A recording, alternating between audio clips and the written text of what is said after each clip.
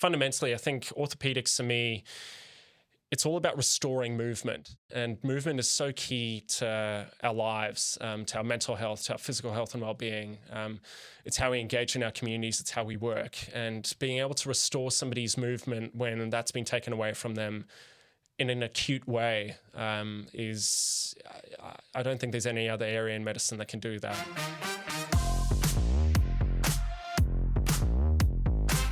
Welcome to Inside the Shoulder. I'm Kenneth Cutbush, and I'm joined today by Brandon Ziegenfuss. Welcome, Brandon. Thanks, Ken. Thanks for having me. Now, Brandon's a fairly unique person. He has just started work as a resident medical doctor in Toowoomba, and at the same time, he's published 10 peer-reviewed papers on shoulder surgery, on shoulder topics. He has a stellar academic career, and we're going to delve into what makes him tick and why he's decided to go down this career path of being a shoulder surgeon.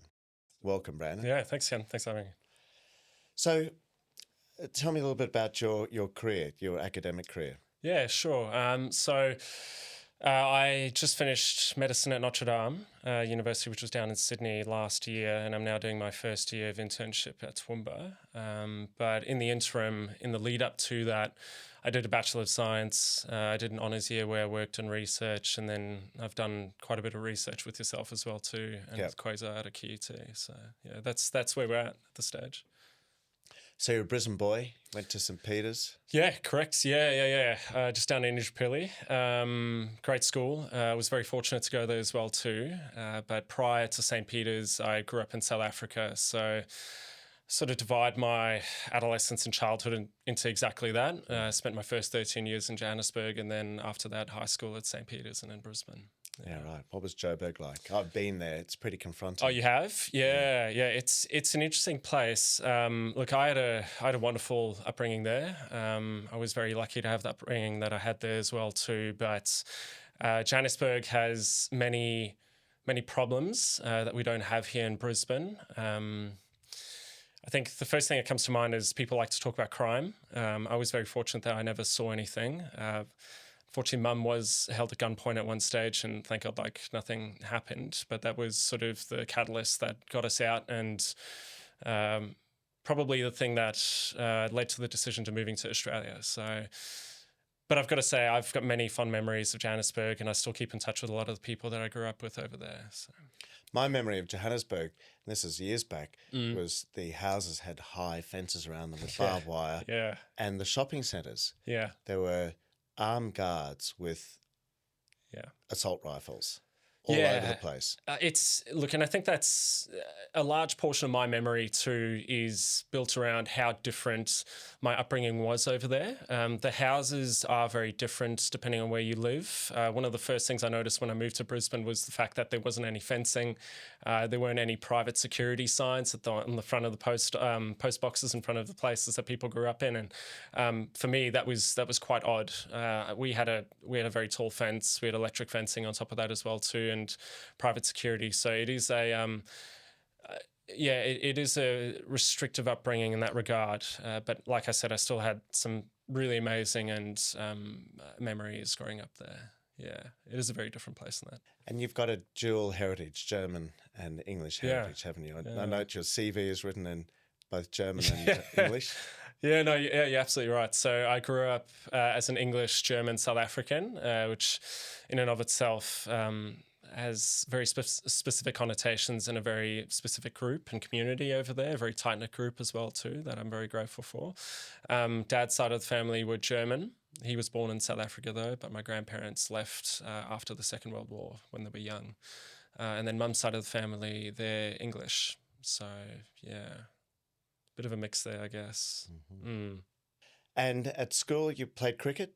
Yeah, a lot of overhead sports, which I think sort of led to my interest in shoulder biomechanics, to be honest with you. But yeah, played a lot of cricket, a lot of swimming as well too, which was the reason why I went to St. Peter's to begin with. It's a phenomenal swimming school, and I had some phenomenal swimmers that I became quite good mates with there too. A lot of overhead sports, javelin as well. Yeah, a lot of throwing. And you went on to be a cricket coach. Kept going back to to St. Peter's, I, didn't I did, yeah. So I worked for my coach after I finished school.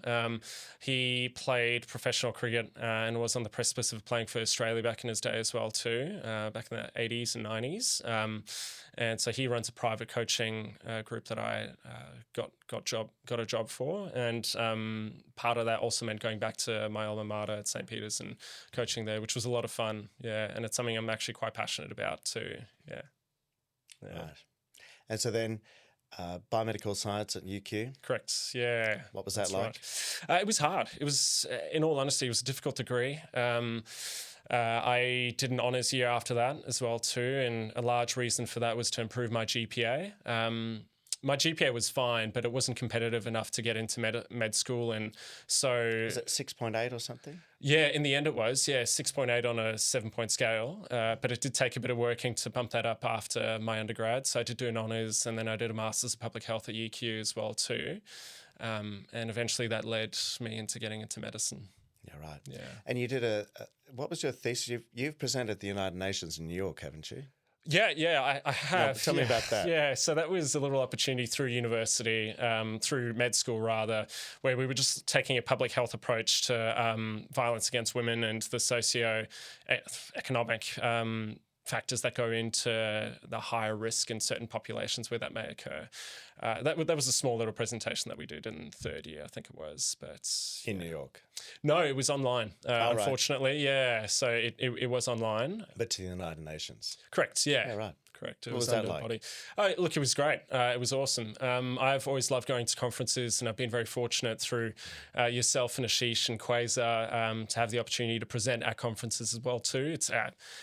They're great environments for networking, getting to know people, but also working on your public speaking skills. And so for me, I think speaking online is a lot easier than it is in person. I take to it though. I do enjoy presenting at conferences in person. I probably prefer it to being online, to be fair. So yeah. And then you came to work with me as my research assistant. Yeah, that's that? right. July of 2020. So we were just, COVID was just starting, finding work after finishing the Masters of Public Health, believe it or not, was actually incredibly tough. One would think that, during an epidemic, being a public health grad would be one of the best times to finish. Turns out not at all. So struggled to find work in the public health sphere and was doing a bit of research with yourself and Ashish through Quasar, and then landed the full-time gig that's with right. yourself in July of 2020. Correct. Tell me about those research projects. We did a few. The first one I did, and it's probably the one I'm most proud of, was the biomechanical evaluation of different construct fixation for the Latarjet procedure that was spearheaded by both yourself and Ashish. And it was a really cool project where we essentially tested different constructs till failure in cadaveric specimen. It was a great project for many reasons. There were up to 30 people that had their hands in it at any point in time, which also probably made it a little bit harder than what it needed to be. But yeah, there was a bit of dissection involved and just hands-on research, which I really, really enjoyed. Getting that project over the line has probably been the highlight of my research career thus far. Yeah. And then, had you always wanted to do medicine? It's something that I've always wanted to do. I dabbled with the idea of engineering or law towards the end of high school, but there was something about science and biomechanics and sport and injuries that just really drew me to it. And part of the reason why I did biomedical science was to explore biology first and foremost at an undergraduate level, because I didn't do any throughout high school. It was all the hard sciences, when I say hard, I just mean like your basic sciences like chemistry and physics and maths and that sort of thing. But yeah, medicine's always been there, and it's always something that I've been exposed to. Growing up, mum's a radiographer and dad's an electrical engineer by trade, and then moved into med tech, but has also been involved in imaging. So the medical field has always been there, from early childhood. Yeah, right. And what was it like then, going from your biomedical science degree, where you did well, then you had to do your honours and your public health. Yeah. How confronting was it to then try and get into medicine? It was a long process. It's difficult. Getting into medical school in Australia is a very difficult feat. I'm going to least I'd like to think that it is. It took me a couple of applications and a couple of cracks at an interview here and there. The stakes of the interviews are quite high too, because you only get one interview a year, and if you don't crack on, you need to apply the following year. So it took me a couple of years to apply and get in, but I persisted, and it's something that I never wanted to give up on, because I knew that it is what I've wanted to do for so long. And now being in it, I often remind myself how lucky I am to be here, to be honest with you, because I know there are a lot of people that don't get into med school or might not get onto the specialty that they want, and they would make equally as good of a doctor too. So I feel very privileged, to be honest with you. Yeah. What was the GAMSAT like? It's a difficult and it's a strange exam as well too. So it's split up into 3 different sections. I believe it's changed now though in the way that they sit it, but back when I was sitting it was one sitting, and it took all day. So you were there for about 5.5 hours of exam sitting time with a 1 hour break in between, and 3 different sections. First was comprehension. The second one was an essay writing section on unprepared themes. They just throw a whole bunch of quotes at you. You need to work out what the theme is and, write 2 essays. And then the third section is the science section, and it's about 150 multi-choice questions. It's a difficult exam. Yeah. And what was the preparation like for that? It's a hard one because everybody will tell you there's many different ways of doing it, and there are many different prep courses that you can buy into. I was pretty stubborn that I refused to pay for any of the prep courses that cost thousands of dollars, and sort of forge my own pathway through it. I had a study buddy, which worked really well for me. Roy, actually somebody who you will be talking to soon as well. We stuck together and we sort of forged our own pathway and how we were going to prepare for it, and ultimately it was what got us over the line. So yeah, very grateful for him too. And what was that struggle like? I mean, how many hours a day were you doing? Ooh. What was the commitment? Yeah, look, again, everybody will tell you a different story. For me, a large portion of it was out of working hours. So I was working during the time and studying at night and doing essentially a lot of practice questions, a lot of practice essays with Roy in particular, and before work, after work. So a fair few hours went into it on a daily basis, which was ultimately what was needed to get me through over the line. So you're working full time and then studying on top of that? Yeah, that was my approach. Yeah. What were your weekends like? Oh, they were pretty busy as well. I do love my sport, and I was doing a lot of coaching at the time as well outside of full-time work. So my Saturdays were taken up by running cricket games on the weekends, and so outside of that I'd try and push some study in between there too. So busy Ken. And then you moved to Sydney? It did. So after a year and a half of working here, got the tick of approval, which was an enormous relief, and then moved down to Sydney at the beginning of 2022.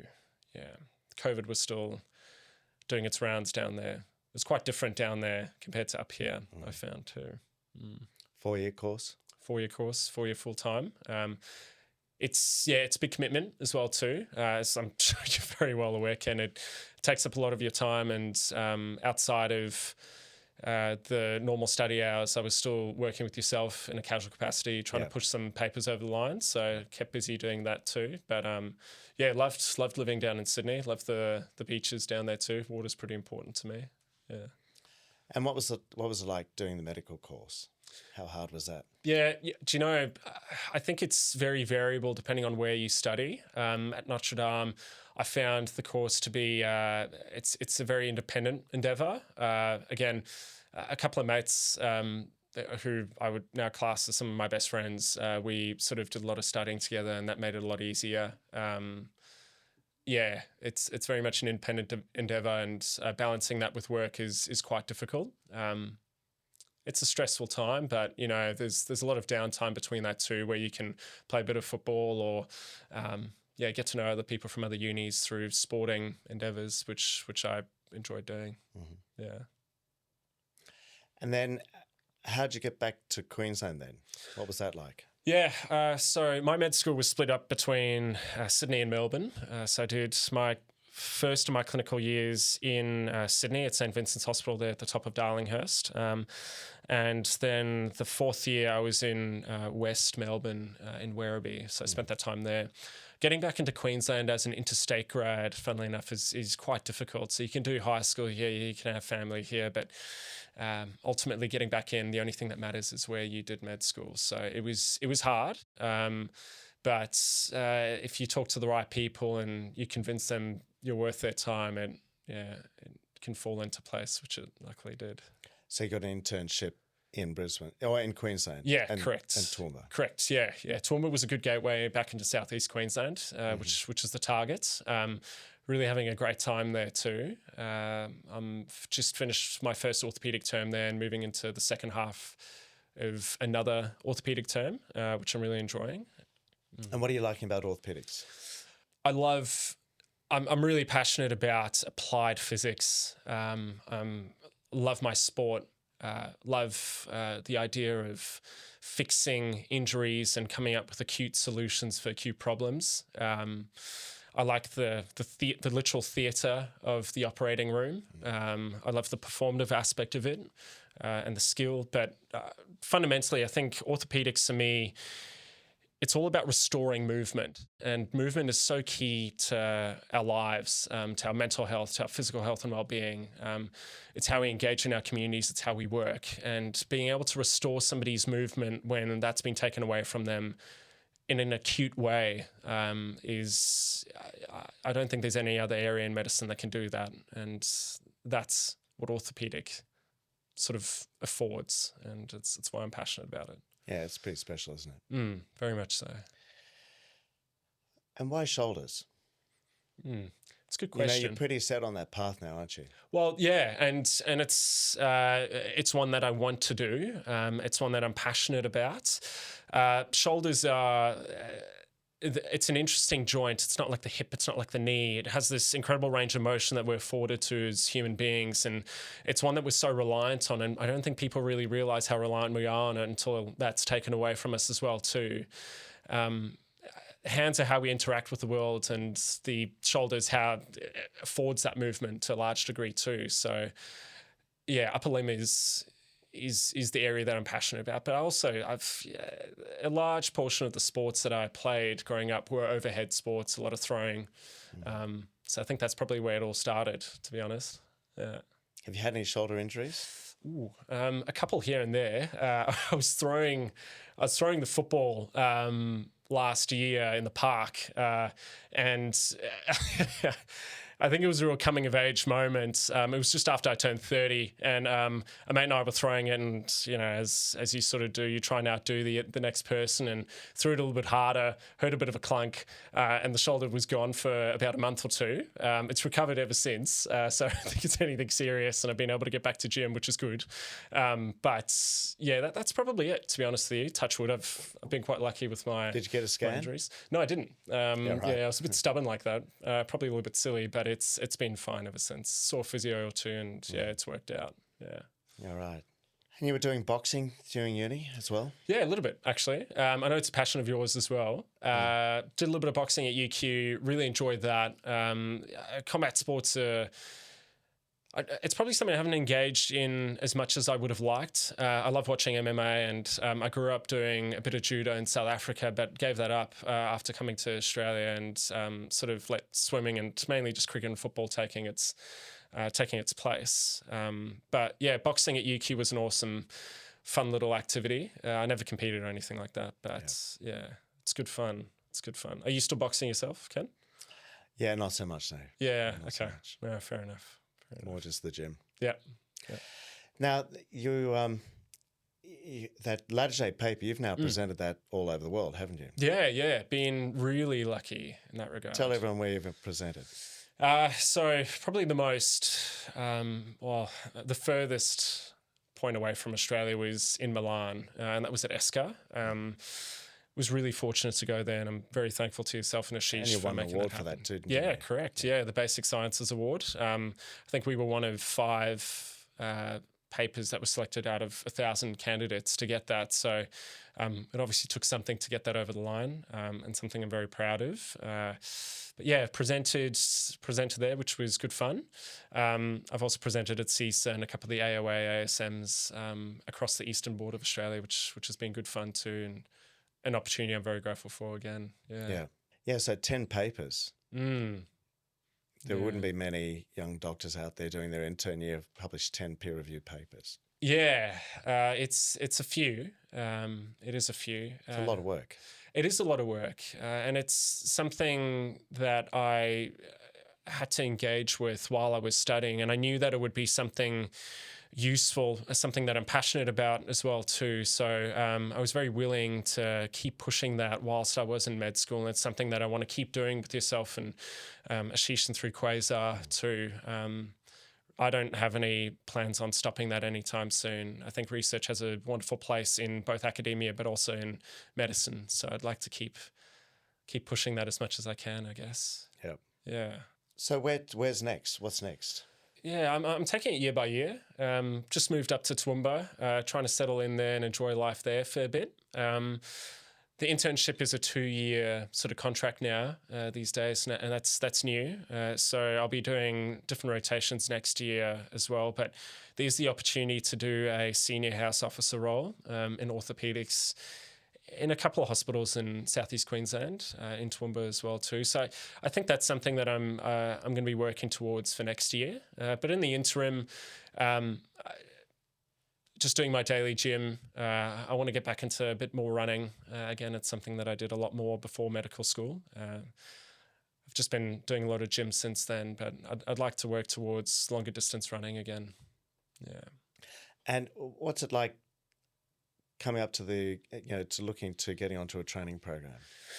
Yeah, I think I'm sort of seeing that objectively through the PHOs that I'm working with, the principal house officers. I don't believe they're called that in New South Wales or in Victoria. I think it's SRMO is the term down there. But I'm seeing them go through the rigmarole at the moment. I think interviews are coming up at the moment, and I'm seeing a little bit of stress there, which is all natural and part of the process. But spending a bit of time with the set trainees, we've got a couple in our department at the moment, and just picking their brains on what I should be doing and what I should be working towards next has been very useful. Yeah. Confident that you're going to get on? Look, I think you have to be. I think blind confidence is naive, but I think if you have an adequate plan and you're working towards that, building a strong portfolio, getting to know the right people in the right spaces, these are all things that can only help. So I've been looking and keeping up to date with regards to the criteria for the AOA right throughout med school, and I've noticed that does change here and there. I guess the next step in that regard is the GSSE, which is the primary exam for getting onto surgical training. So looking at setting that next year, that's my plan at this stage, but just working towards the next thing. Yeah, the next best thing, I guess. When are you going to start studying for that? Yeah, I think now that I feel a little bit more confident and under control with my role as an intern, it's only been a couple of months really, and there's a bit of a learning curve when it comes to that too. Feeling a little bit more comfortable in that role now, so I'm going to start looking towards what sort of prep materials and what sort of strategies I can employ.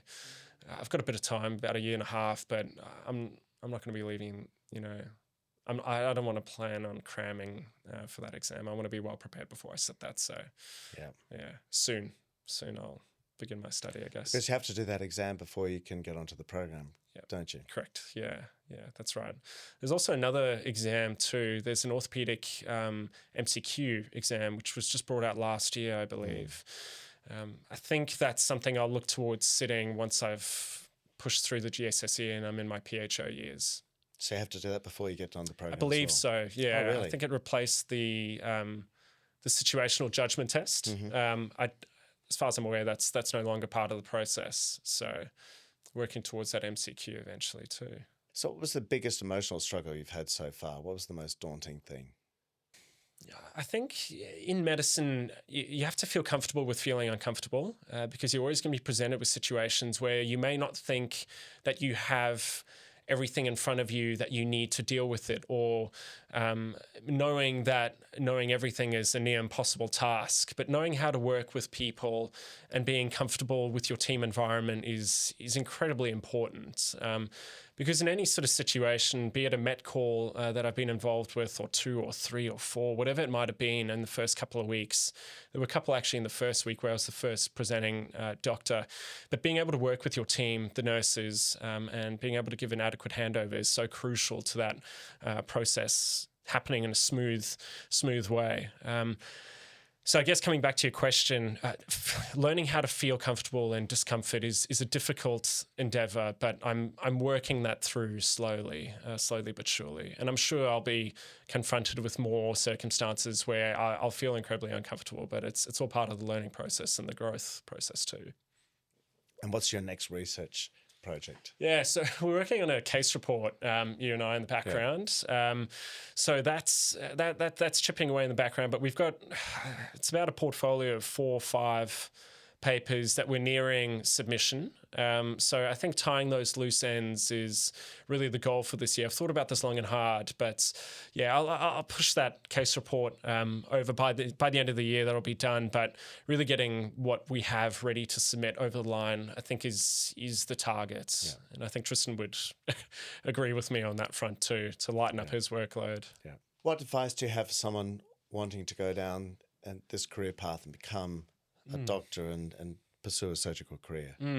Someone who's finishing school, what would your advice to them to be? I guess I'm happy to have that disclosure of, I'm still very junior in my career, but I can speak to getting onto medicine as a postgrad student and then, finishing that degree and working towards getting through your internship. But the big piece of advice I'd probably say is, it's probably twofold. One is having a plan.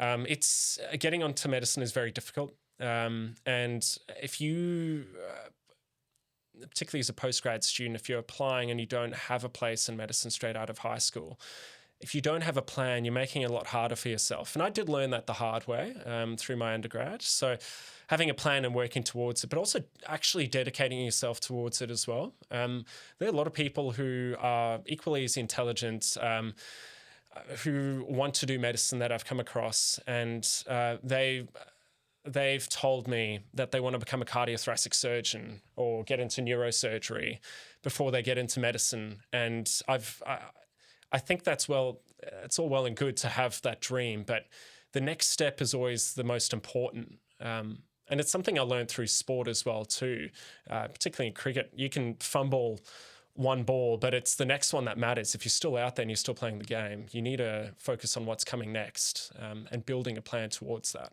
Yeah. Yeah. That's probably my long-winded piece of advice, I'd say. Yeah. Yeah, good advice. Thanks, Brandon. Thanks for coming in. Yeah, thanks for having me, Ken. I really appreciate it. Thank you. You've been listening to Inside the Shoulder. I'm Kenneth Cutbush, and I've been joined by Brandon Ziegenfuss today, a young doctor aiming to be a shoulder surgeon. If you've enjoyed this episode, please like, share, and subscribe, and thank you for listening.